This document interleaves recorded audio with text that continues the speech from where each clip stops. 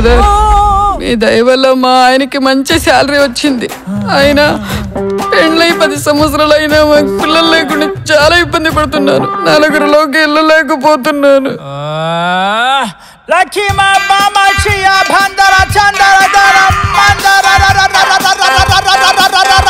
నీ గర్భం వెడుతుంది, నీ గర్భం తెరవబడుతుంది, నీ ఇక్కడ కలుగుతుంది, నీ చేతులు కలుగుతున్నాయి, నీ తల జరుగుతుంది.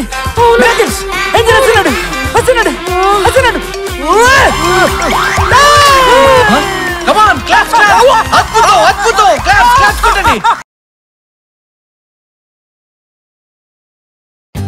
For more updates, like, comment, subscribe to our channel.